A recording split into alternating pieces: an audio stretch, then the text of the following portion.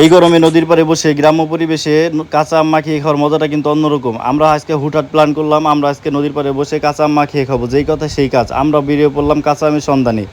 তারপরে প্রথমে আমরা চলে আসলাম আমের বাগানে আসলাম, এবং আমের বাগানে এসে এই যে আমাদের জনি আম গাছে উঠে গেল, এবং আম গাছে উঠে আমগুলো খুঁজতেছিল এবং আমগুলো পাড়ার চেষ্টা করতেছিল। জনির আমগুলো খোঁজার পাশাপাশি আমরা দেখতে পেলাম এখানে অনেক সুন্দর শিমুল গাছের তোলা। এই শিমুল গাছগুলো দেখলাম অনেক দিন পরে, গ্রাম ছাড়া কিন্তু এই শিমুল গাছগুলো খুঁজে পাওয়া খুবই কষ্টকর। অনেক দিন পরে শিমুল গাছ দেখলাম।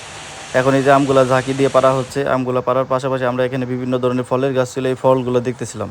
ফলগুলা দেখতে দেখতে হঠাৎ আমাদের দেখলাম আম পাড়া হয়ে গেছে। এই আমগুলা এখন আমরা আশপাশ থেকে যে আমগুলা ছিল সেই আমগুলা এক জায়গায় করলাম, এক জায়গায় করে, এবং পাশাপাশি যে এখানে দেখলাম একটা জাম্বুরা গাছ, অনেক সুন্দর জাম্বুরা ধরেছে নিতে নিতে, এবং আমাদের হঠাৎ করে আমগুলো পড়ে গেল, এবং আমগুলা আবার এই আমগুলা সব এক জায়গায় করে আমরা আমাদের পরবর্তী গন্তব্য নদীর পাড়ের উদ্দেশ্যে রওনা করলাম।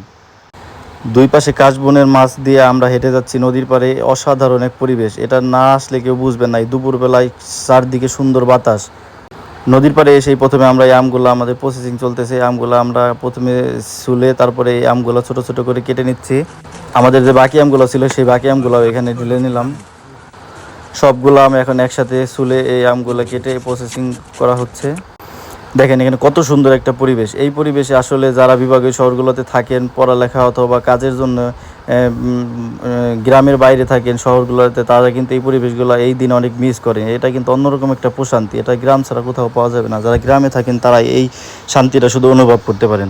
ঢাকায় থাকাকালীন এই সময়গুলো কিন্তু অনেক মিস করেছি। চিন্তা করতাম কোন সময় ইউনিভার্সিটি বন্ধ হবে এবং এলাকায় যাব, যে এই ধরনের এই মজাগুলো করব। তা হঠাৎ করে আজ যখন এই সুযোগটা আসলো, এই সুযোগটা আর মিস করলাম না।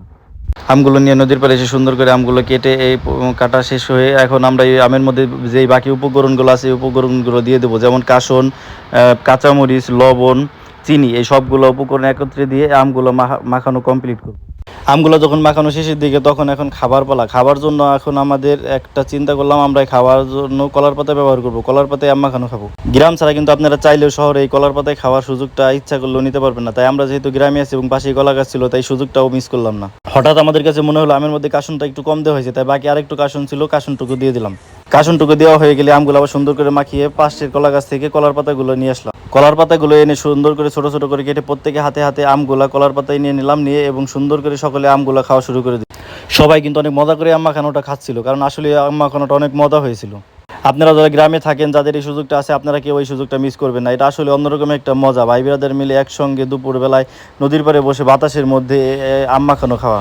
আমাদের এই দুপুরটা ছিল অন্যরকম একটা মজার, অন্যরকম সুন্দর একটা স্মৃতিময় একটা দুপুর।